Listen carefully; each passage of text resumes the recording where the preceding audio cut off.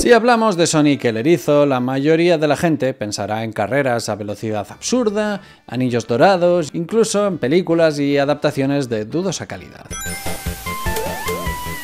Pero lo que muchos no saben es que en 1993 Sonic dejó las pistas de velocidad para convertirse en una bola de pinball. Sí, hoy en el canal vamos a hablar de un spin-off muy extraño, que es el Sonic Spinball, un videojuego de la consola Mega Drive que pegó muy fuerte en los 90 y a la postre acabó siendo la inspiración para una de las canciones más brutales del metal melódico, Pinball Map de In Flames. ¿Qué tiene que ver un juego de los 90 con una banda de death metal melódico? Pues vamos a descubrirlo. Bienvenidos a un nuevo vídeo en el que vamos a hablar de historia. Historia, en este caso de los videojuegos, gracias a un producto de la cultura popular. Sí, aquí vamos a mezclar historia de videojuegos y música. Sí, es como una referencia cultural dentro de otra, porque si hay películas ambientadas en videojuegos o en libros, ¿por qué no va a haber canciones ambientadas en videojuegos? Todos conocemos el famoso Sonic, el de los videojuegos. Muchos de los que me seguís también conoceréis uno de los grupos de metal más famoso, In Flames. Y no me he vuelto loco, pero estas dos cosas convergieron a finales de los 90 y principios de los 2000. ¿Por qué este videojuego fue tan famoso? ¿Y por qué hubo tantos fans de este videojuego hasta el punto de que unos suecos les dedicasen una canción? Pues en este vídeo vamos a verlo. Antes de empezar, hacer una mención al festival Rock Imperium, que se celebra del 26 al 29 de junio en Cartagena, en Murcia, y yo estaré por ahí. Habrá muchísimos grupos de rock muy famosos como Scorpions o Airborne tocando, pero también, ya que estamos hablando de In Flames también estará por ahí. También tendréis a Blind Guardian, Rhapsody, King Diamond y muchos más. Viajamos a los años 90 del pasado siglo, donde había una guerra mundial, una batalla encarnizada entre las empresas que estaban fomentando sus propias consolas.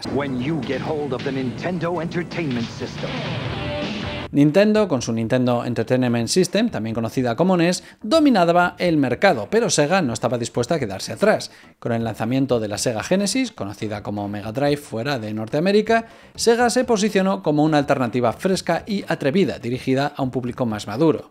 Sega adoptó una estrategia de marketing agresiva y directa. The Sega Genesis has blast processing. Super Nintendo doesn't. Con eslóganes como Genesis hace lo que Nintendo no, muy directos, destacaban las capacidades técnicas superiores con su consola y se burlaban abiertamente de la competencia. This is a Sonic the Hedgehog from Sega Genesis. Hey, look at these radical colors, huh? Wow, Sonic's fast too. No, over here. I like Genesis, and it costs a lot less. Wait, kid, that game I'll there. take Sonic. Esta táctica no solo llamó la atención de los jugadores, sino que directamente marcó toda una época de confrontación entre empresas que luchaban a ver quién se llevaba la mayor cuota de mercado. Y sí, obviamente estaban los jugadores implicados porque parece sorprendente, pero hay gente que se casa con las empresas a las que ellos les dan dinero, ellos están dispuestos a defenderlas hasta la muerte, hagan lo que hagan, y no se puede criticar y si no se enfadan contigo. Hay gente así, pasaba con Sega, pasaba con Nintendo tiene muchos de estos, pero pasa con otras empresas como puede ser pues Microsoft o Apple, ¿no? Y con Nintendo, y con Apple.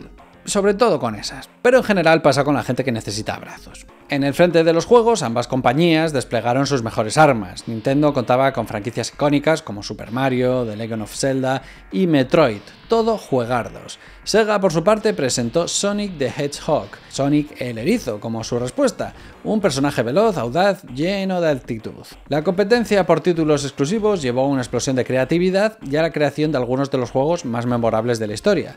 Por si te interesa, esta guerra de videojuegos en los 90 es una parte fundamental de la historia de esta industria, pero Sega con el lanzamiento de la Sega Saturn no le fue muy bien y Nintendo le fue muy bien con la Nintendo 64. ¿Qué empresa te suena más a ti y dirías que es más conocida?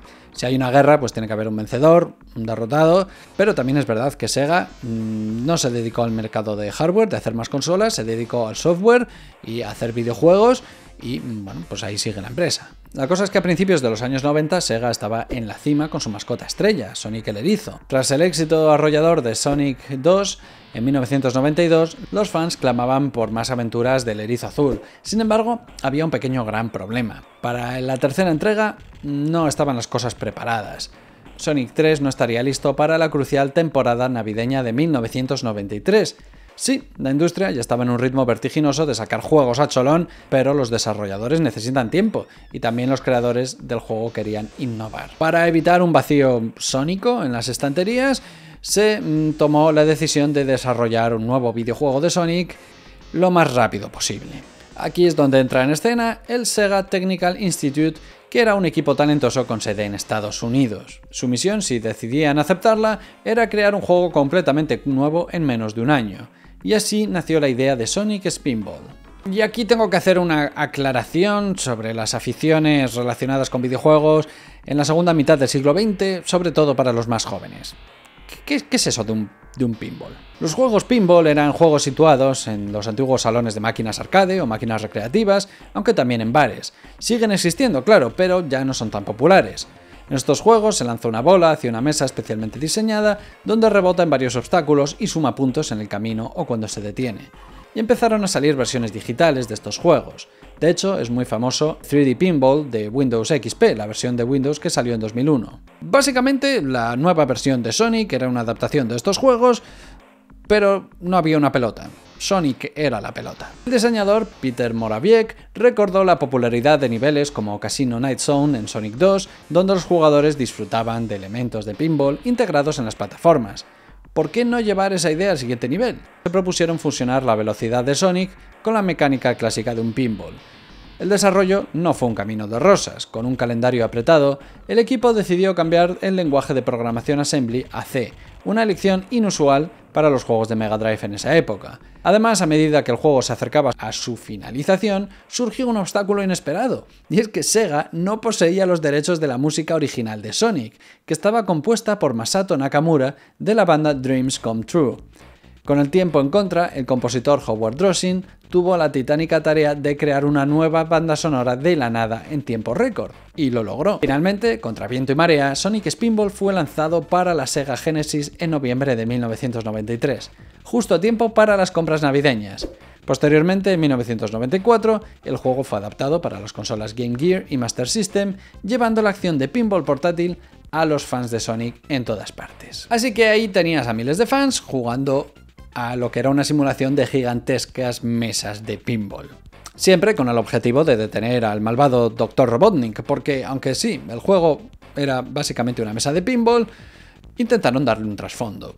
Ese trasfondo se resume en Dr. Robotnik ha construido una fortaleza en la cima de un volcán para transformar a los animales del planeta Mobius en esclavos robot. Tú debes avanzar niveles, infiltrarte en la fortaleza y derrotar a Robotnik otra vez. Sí, no es una trama muy elaborada, pero bueno, es que el juego no da para muchos diálogos y giros de guión. En fin, el juego salió a la calle y ¿gustó o no gustó? Pues mira, vendió 1 millón de copias, lo cual no está nada mal, fue bastante rentable y bueno, tuvo sus críticas y sus detractores, pero sobre todo las críticas iban más relacionadas con el desarrollo y los fallos en algunos niveles, algo que tenía que ver sobre todo con las prisas de haber hecho el videojuego tan rápido. Y es que entonces os recuerdo que no había internet en casa. Esto no era como, ya lo arreglaremos, sacamos el videojuego como está y durante las siguientes semanas lo vamos parcheando. No, tú si querías arreglar un juego tenías que comprarte una revista en la que a lo mejor te venía un disquete o un disco con una actualización para ese juego en particular. Pero bueno, la fusión de pinball y plataformas fue vista como una propuesta fresca y con entornos desafiantes y en general pues fue un título muy querido de la Mega Drive. Y gustó mucho a los jugones de entonces. Y entre los jugones de entonces nos encontramos con unos chavales que se encontraban en Suecia en los años 90. En Suecia en los años 90 estaba pasando algo que revolucionaría la industria musical, y es que lo que hizo In Flames en los 90 debería estudiarse en las universidades. Pero no, al parecer hay que invertir dinero en curar enfermedades o en ir a otros planetas en vez de divulgar que unos chavales de Gothenburg cambiarían el panorama musical del metal. Tras su estreno en 1994, con un death metal más puro, incorporaron elementos melódicos en su sonido, publicando en 1996 The Jester Race, uno de los mejores discos de ese año y diría que de la historia del metal. En 1997 publicaron el genial Oracle y en 1999 el impresionante Colony, y en 2000 uno de mis discos favoritos de toda la vida que entraría fácilmente en mi top 10, Clayman, donde se encuentra esta canción de la que hablamos hoy. En 6 años habían publicado 5 discos absolutamente geniales, llenos de melodías que atrajeron las miradas de muchos músicos de todo el mundo que se pusieron a imitarles. Grupos como Trivium, Arch Enemy, Children of Bodom, Omnium Gatherum, Amon Amarth, Soilwork o Insomnium siempre han reconocido a In Flames como una de sus grandes influencias para ponerse a hacer música.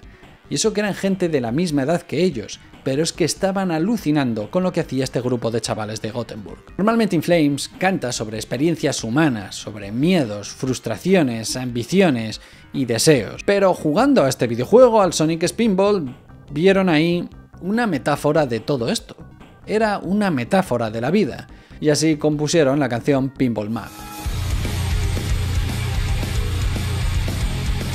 Y si has jugado al juego y lees la letra, hay una cantidad de analogías apabullante.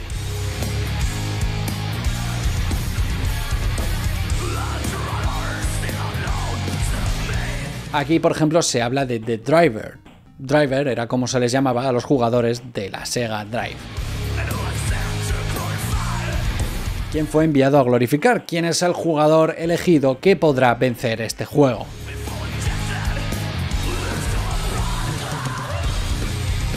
Antes de inyectar este orgullo común se refiere a cuando se inyectaban o insertábamos esos cartuchos en la máquina. Y ese orgullo común es que dentro de los propios cartuchos tú podías registrar tu partida y podías ver los resultados de los demás que habían jugado en esa consola. Y había una competición con tus amigos o con tus hermanos o con todas aquellas personas con las que jugases.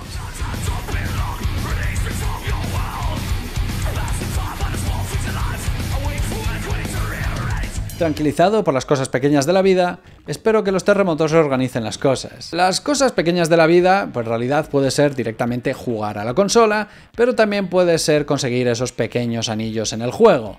Y el terremoto es que había una habilidad para provocar un terremoto en el mapa de tal manera que caían más anillos.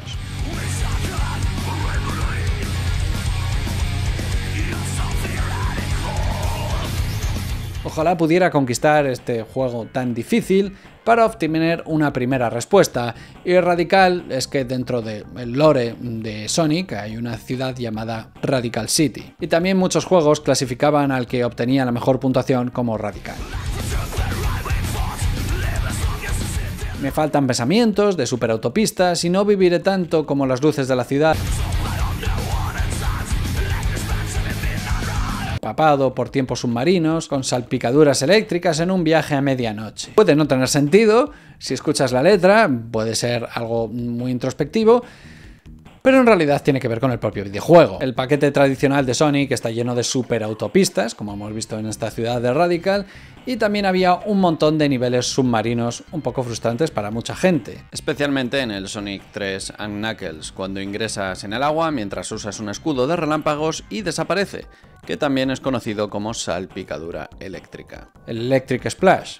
Y conducción a medianoche, pues yo qué sé, será a la hora a la que estaba jugando. En fin, que un videojuego de dar vueltas y ganar puntos es básicamente una metáfora de la vida. Puedes estar perdido, puedes desear lo que no tienes y puedes luchar por vencer y quedar por encima. Y es curioso como una canción realmente conocida dentro del metal, una de las canciones más famosas de In Flames, está inspirada en un videojuego. Con el tiempo In Flames telonearon a Metallica y fueron por otros derroteros haciendo metal más alternativo, volviendo ocasionalmente a algo parecido a sus orígenes, pero bueno, algunos miembros de In Flames se fueron y crearon The Halo Effect para volver a ese estilo clásico y la verdad es que con sus discos lo han conseguido. Pero bueno, en cualquier caso, aquí queda esta historia. Historia de música e historia de videojuego. ¿Qué te ha parecido? A mí me encanta esto de poder hablar de historia de videojuegos gracias a canciones de rock y de metal. Estoy contentísimo con poder hacer esto y ojalá pueda seguir haciéndolo en el futuro si es que os gusta y os apetece, porque junta dos de mis grandes pasiones. No solo está la historia, porque también la historia de los videojuegos es parte de la historia, ¿no? Te recuerdo que tengo un Patreon donde una vez al mes puedes apoyar el canal eligiendo qué canción, qué serie, qué película, qué videojuego. ¿De qué quieres que hable? Tú propon y yo te leo. Me puedes seguir en las redes sociales para ver qué se cuece, qué traigo al canal, me puedes seguir en los directos y también, a lo mejor, me puedes ver en el Rock Imperium. A lo mejor coincidimos por ahí. Y puedes compartir este vídeo entre gente que sepas que le gusta la saga Sonic, entre gente que sepas que le gusta este juego de Sonic, entre gente que sepas que le gusta esta canción, este grupo, el mundo friki en general. Muchas gracias a los Patreons y muchas gracias en especial a los Patreons que veis en pantalla. Ellos son los que más se esfuerzan para que el canal se mantenga a flote. Desde aquí recordaros que podéis también apoyarme comprando mis novelas, si te interesa la historia, el rock, el metal. He publicado recientemente un libro donde abordo historia gracias a canciones de rock y de heavy metal. El poder del metal se llama. Ojalá le puedas echar un ojo y espero que te guste.